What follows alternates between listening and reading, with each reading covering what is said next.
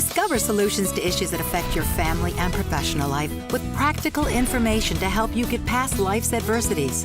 Take a proactive approach to power up your life with Rosalie's expert resources. Traveling is the ultimate way to discover new adventures, tastes, and friendships while being open and trying something new and unexpected. Here in Florida, one of the oldest buildings in the Western Hemisphere is the ancient Spanish monastery in Spain, a classic travel destination built in Spain in the 12th century, dismantled, and shipped to the U.S. in the 1920s. Here to encourage us to travel and discover unique places is Lee Abamonte, one of the world's most traveled people, experiencing 318 countries. Good morning, Lee. Good morning, Rose. How are you? Tell us about the Spanish monastery behind you. Yeah, we're here surrounded in this beautiful ancient Spanish monastery. It's a gorgeous place just looking around here. It's like being in Spain, or the Fountain of Youth is like right here. I feel like Ponce de Leon is just gonna show up out of nowhere. It's one of those places that you wouldn't even know existed if you didn't kind of look beneath the surface. And here in Miami, get out of South Beach and Coconut Grove, that kind of thing, and really discover what's around you, because all throughout America, and especially here in Miami, you have a lot of really cool things to discover if you look beneath the surface, and that's exactly what I like to do. What is your most extreme experience? Well, I've learned a lot, and a lot of it has to do with people, and I learned that people around the world are generally at their core good and the same.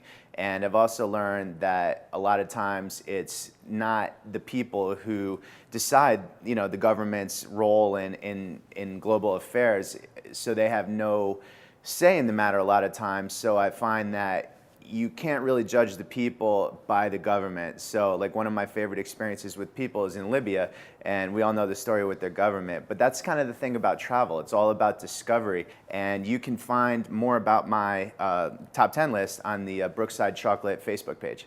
Can you share your secrets for success when preparing for a trip? Yeah, my biggest tip is take half the clothes and twice the money, and actually just always have a carry-on. I hate checking bags. Leave the hairdryer at home, leave the shampoo at home. Make sure you stay in a hotel that supplies you with that stuff, or else you should maybe get a new travel agent.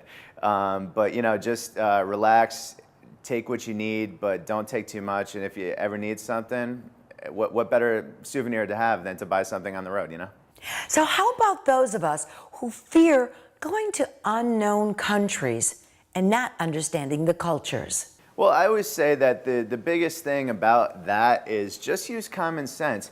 No one is going to come up to you and beat you up on the street or anything like that. You just have to be smart, stay out of the places you're not supposed to be, respect the local customs, dress conservatively, don't wear expensive jewelry or watches, that type of thing.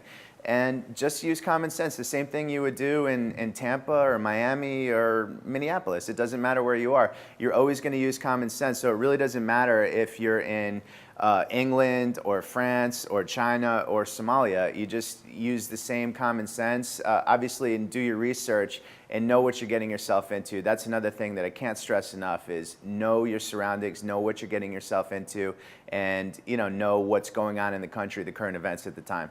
Thanks, Lee, for encouraging all of us to reach out and welcome a new adventure to discover the unknown.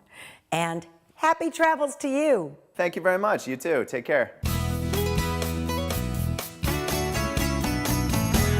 If you enjoy getting together with your friends and family to watch a good game, well, it's all about the food. Joining us today is retired NFL linebacker Dhani Jones, who knows a thing or two about the best snack combinations and how to celebrate during a big game. Good morning, Dhani. Good morning, Rosalie. Thanks for having me. As a former NFL player and champion philanthropist, you know how to tackle life and score big. So what's your secret when entertaining friends and family?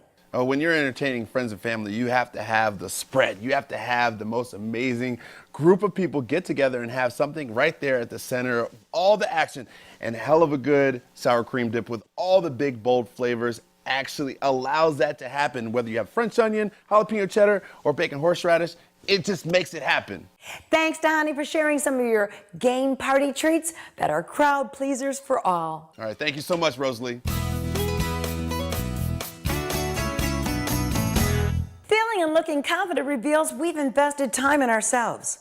Life is filled with challenges that can wear us down on a daily basis, but smiling can change our attitude and our outward appearance. Smiling attracts others. A happy-looking face projects a healthier outlook. Joining us this morning to get us smiling and taking on a positive attitude is best-selling author Valerie Burton, with tips for having more fun and achieving your goals in life, love, and work. Good morning, Valerie. Good morning, Rosalie. What's the basics of achieving self-confidence? Well, I think one of the most basic ways to enhance self-confidence is smiling and knowing that you feel really good about your smile. And the benefit that I really love is that when we really smile, like when your cheeks kind of puff up and your eyes crinkle, we release endorphins and serotonin to the brain. So smiling actually makes us feel good, but it makes others feel good, which attracts them to us. Share the process of transforming a negative, defeated attitude to one of positive thinking. Well, you know, it really just takes practice. What we feel and what we do is always preceded by what we think. So if you can become more aware of your thoughts, it becomes a whole lot easier to be able to transform how you feel and what you do. And you simply have to notice what you're saying to yourself about your situation. If what you're saying is not helping you, but it's harming you, change it. And this takes practice, but it really does work, and it's essential for being able to change your attitude.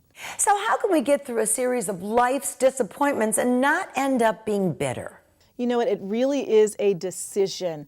It's a decision to not be bitter, but to be better as a result of any setbacks or disappointments that you've had. So asking yourself, what's the message in this for me? How is it that I can grow out of this? Is there any good from it? There's actually something researchers call post-traumatic growth, that oftentimes we become better on the other side of very difficult circumstances. Not that we would have chosen the difficult circumstances, but they actually expand us and help us to grow. So how long does it take to transform that negative thinking until it becomes a part of your natural, everyday, positive thinking? Yeah, so typically a lot of research has shown that 21 days is how long it takes us to form a habit. If we're able to do something every day for 21 days, we're more likely to continue doing that throughout our life. So that's a big part of why I'm here. I've partnered with Listerine for their 21-day challenge, which is really simple. 30 seconds twice a day to be able to swish actually makes your gums up to 5 times healthier. And it's really simple. One of the reasons I love it is because if you're able to do something that simple that takes you 1 minute a day, imagine the confidence that builds for something else you could do. It could be that, okay, you haven't been exercising at all. Now you're going to try 10 minutes a day, and you'll eventually up that to 20 or 30 minutes a day. When we start small, we build confidence for much bigger goals. Good oral health is key to an attractive smile, right? Oh, so many people that don't feel confident about their smile or even about their breath just kind of keep their mouths closed. And it can cause you to appear as though you're standoffish or something is wrong. When you're able to just smile openly, people are more open to you, and you notice that people are actually friendlier to you. Smiling is powerful. Any tips you can offer to achieve that far-reaching goal? Well, I think the most important thing you can do, whatever your big goal, think about the smallest common denominator. What is a small piece of that goal that you could do every single day that you know you can do? You know it's doable. Perhaps you're not going to go to the gym for an hour a day, but you could commit to walking with your spouse or with your kids for a few minutes a day. You can commit, for example, to swishing every single day. You could commit, if you're trying to write that book, to writing just for 15 minutes a day. So find something small that you could do and then build from there. The problem is we tend to like to have the really big goals. They end up overwhelming us. And so when we don't succeed at doing it on a daily basis, we give up. Start small and then grow big. Thanks, Valerie, for joining us with tips for having more fun and achieving our goals in life. Thank you so much. Good to be with you. Tech and app trends are having a banner year with newer and better ways to stay secure, be entertained, and even keep your car and your body in great shape. Emmy Award winner and technology and digital lifestyle commentator Mario Armstrong joins us with the latest tech and app trends. Good morning, Mario. Good morning, Rose Lee. So excited to be here. Thanks for having me back on again. Really appreciate it. To me, there is nothing more important than keeping my family safe at home. What's the most innovative home security available on the market now? Yeah, that's a great question because there's been web cameras and things like that have been around for a while, but I loved SimplyCam, which is what you see here. Now, SimplyCam is powered by Closely, and this is the first and only Wi-Fi home monitoring system that has facial recognition. So no false alarms. You know exactly who's coming home, whether it's a kid getting dropped off from school or getting off the bus, or whether you want to see your dog, or maybe an aging parent that you're taking care of and looking out for, or just want to keep an eye on what the babysitter is doing. The beautiful thing, not only is it facial recognition, but it also has two-way talk, which means you can speak to anyone from your phone, from your tablet, or from your computer directly to the camera. So you can be anywhere, talk through the camera, and they can hear you and talk back to you as well. So that's really taking the whole home monitoring system to another level. Plus, we're talking about 3 minutes to get this thing set up, so it's not a lot of pain to get this up and running. The second thing that's really hot, our tablets are becoming thinner and faster and better. And I have the world's thinnest tablet with us right now. This is the Intel-powered Dell Venue 8 7000 model. It has Intel's RealSense technology in it, which means the 3D camera that's on that is going to be able to capture your hand and bodily gestures and all your facial recognition as well. So it's a tablet that does things in a totally different way than what you're used to. Plus, you can do some great things with photos on there as well. All right, so what's new for us music lovers? Music. I love great music and great sound. I'm a DJ, but the UE Mega Boom Ultimate Ears, this is my go-to speaker. This is a portable Bluetooth speaker with 360-degree sound, waterproof, stain resistant, weighs less than 2 pounds, 20-hour battery life, and a 100-foot wireless range. But I also like to carry my little headphones. And headphones are big, but now they're small and more ergonomic than ever with the LG Tone series. They have 3 different models, the Infinium, the Ultra, and the Pro. These are super ergonomic design, wireless Bluetooth headsets, no dangling or twisted cords, and at least 10 hours of music and 15 hours of talk time. So what's your favorite new app for drivers? It's called Repair Pal. That's the name of the app. The reason why you need to get this is because whenever you have a repair that's needed, you can go onto that app, check and find out exactly what the fair price you should be getting to fix that particular issue with your car. And then you can use the app to find a certified mechanic that can actually do that service for you. And then for all of you that are trying to keep up with those fitness goals, I got a great couple of apps for you made by Fitstar that'll work on your iPhone and iPad really great. The first one is with NFL legend Tony Gonzalez, and he will help you walk through personal training and help you with customizable routines. And if you're into yoga, you can get the yoga powerhouse lady herself, Tara Stiles, with her app Fitstar Yoga. And for everything I talked about today, head on over to thunknews.com/trends. Thanks, Mario, for sharing your tech tips to keep us more secure, entertained, and in great shape. That's the biggest piece. In great shape, Rosalie. Stay healthy. We all know that processed foods, supersized fast foods, frozen foods, fried food, and sugary snacks and desserts feed obesity.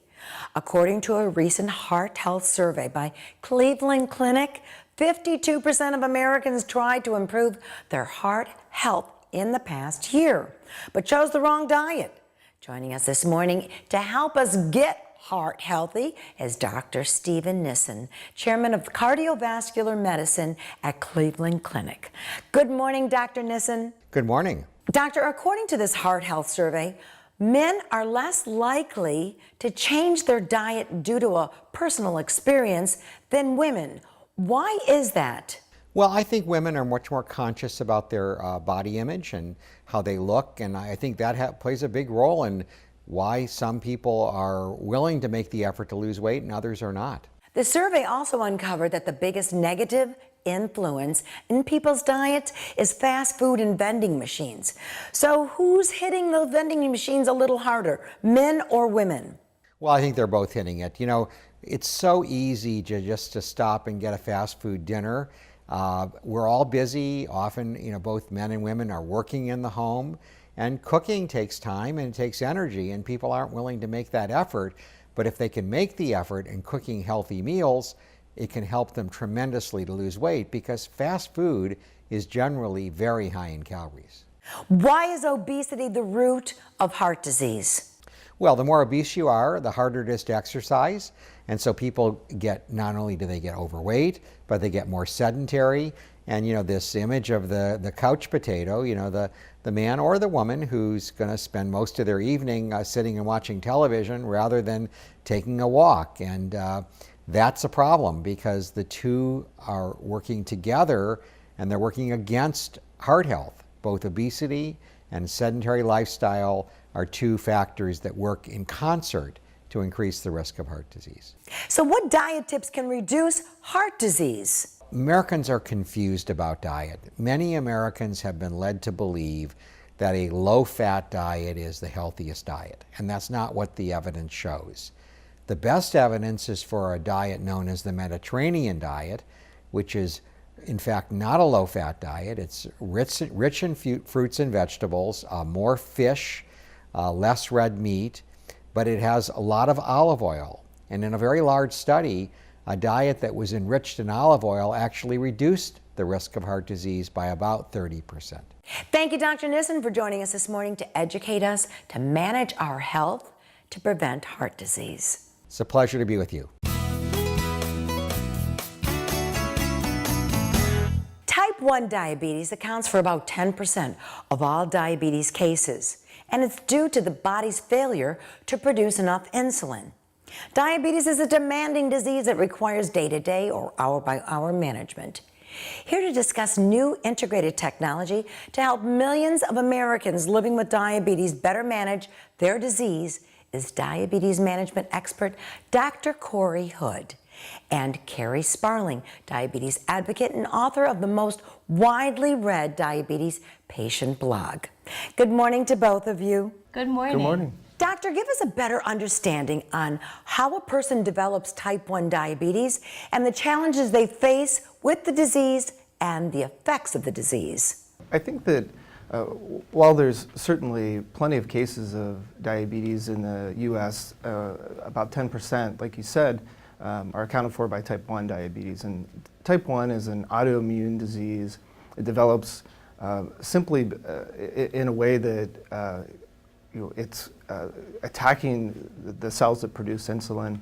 And so it's one of those diseases that we understand some of the causes of it, but there are other parts that we don't. And so what typically happens is an individual with type 1 diabetes is going to have to take insulin. And so they're going to be on insulin for the entirety of their life. And so there are multiple tasks daily that they have to go through. There's multiple thoughts that they have to go through, planning, worrying about it. And so we're constantly looking for new ways to reduce the burden, to make this a little bit easier. And often we do this through new devices and technologies. Carrie, tell us what technology can do for those who live with insulin-dependent diabetes. Well, I've been living with type 1 diabetes since 1986, and when I was first diagnosed, finger sticks were kind of the core way that I was able to track my blood sugar, and taking insulin injections was how I took my insulin.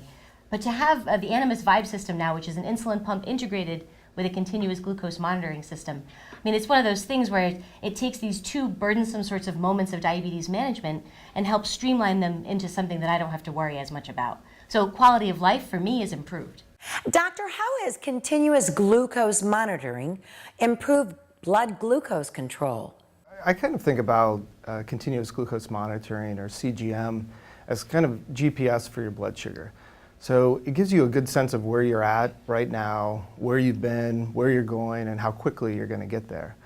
And so it really provides real-time information that allows you to do a couple of things. It helps you think about what's going on. It helps you plan for eating, for physical activity, and it also helps you prevent some of the very serious low blood sugars that can happen and the very serious high blood sugars. And so it's a tool that's great for prevention. It's great for keeping blood sugars in a range that the individual may want. And it also just helps you, I think in many ways, live a little bit of a freer life and a better quality of life. Carrie, what decision factors do patients need to understand before they choose new technology on insulin delivery? Well, I mean, as far as diabetes goes, so I don't have the option to have or not have type 1 diabetes, but I do have an option in the tools that I use to manage my disease. So I think it's great that now, 30 years after my diagnosis, I can choose to take injections, or I can choose to use the Animas Vibe system and infuse my insulin using an insulin pump. Having an option to treat something that I don't have the option to have is really, really nice. So as far as people looking for more information, I mean, I would recommend that people speak directly to their healthcare providers, and actually to be going online to places like animas.com actually is a great place to get direct information on the Animas Vibe system and life with diabetes and that sort of thing. Thank you both for joining us to discuss the importance of diabetes management and new technology that offers a greater quality of life. Well, thanks for having us. Yeah, thanks for having us. According to the American Cancer Society, more than 62,000 cases of thyroid cancer will be diagnosed in the U.S. this year, with 3 in 4 cases occurring in women. The most common indicator of this type of cancer is thyroid nodules. Here to help us understand and manage this condition is Joan Shey, founder of the Light of Life Foundation, and Dr. Kapil Patel of NYU Langone Medical Center. Good morning to both of you. Good morning, Rose. Good morning, Rose. Doctor, may I start with you? What are thyroid nodules, and are these nodules common? Absolutely. Thyroid nodules, in short, are just abnormal growth of cells in the thyroid gland. Thyroid nodules are extremely common. I think the key is to identify which thyroid nodules have cancer and which thyroid nodules are benign and don't have cancer. And that's really what we need to get better at, differentiating the tumors that have cancer versus the ones that don't. But thyroid nodules in general, like I said, are just abnormal growth of cells in the thyroid gland. Why are the number of people being diagnosed with thyroid nodules increasing? The short answer to that question is we really don't know. There are many different reasons why we think thyroid nodules may be increasing. Clearly, we're finding more nodules. This may be due to the fact that patients are getting diagnostic tests and studies for a variety of other reasons.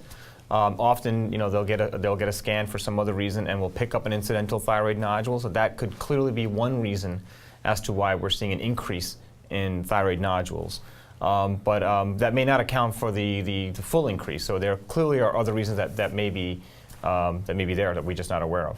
So Joan, why are women more prone to thyroid cancer? Just like other diseases, it just is more prevalent in women. Even though men are diagnosed with it, it's important that women and men both make sure that when they're going to their physicians, in fact, are checking their neck. How can a person detect if they have a thyroid nodule? If you go to your internist and you're having a regular exam and he's feeling around your neck, which most people don't even realize, which I was one. I am a thyroid cancer survivor myself. So initially, several years ago when I was diagnosed, I didn't understand why the doctor was really what we call palpating the neck. In fact, what he's doing is feeling for these nodules on your thyroid.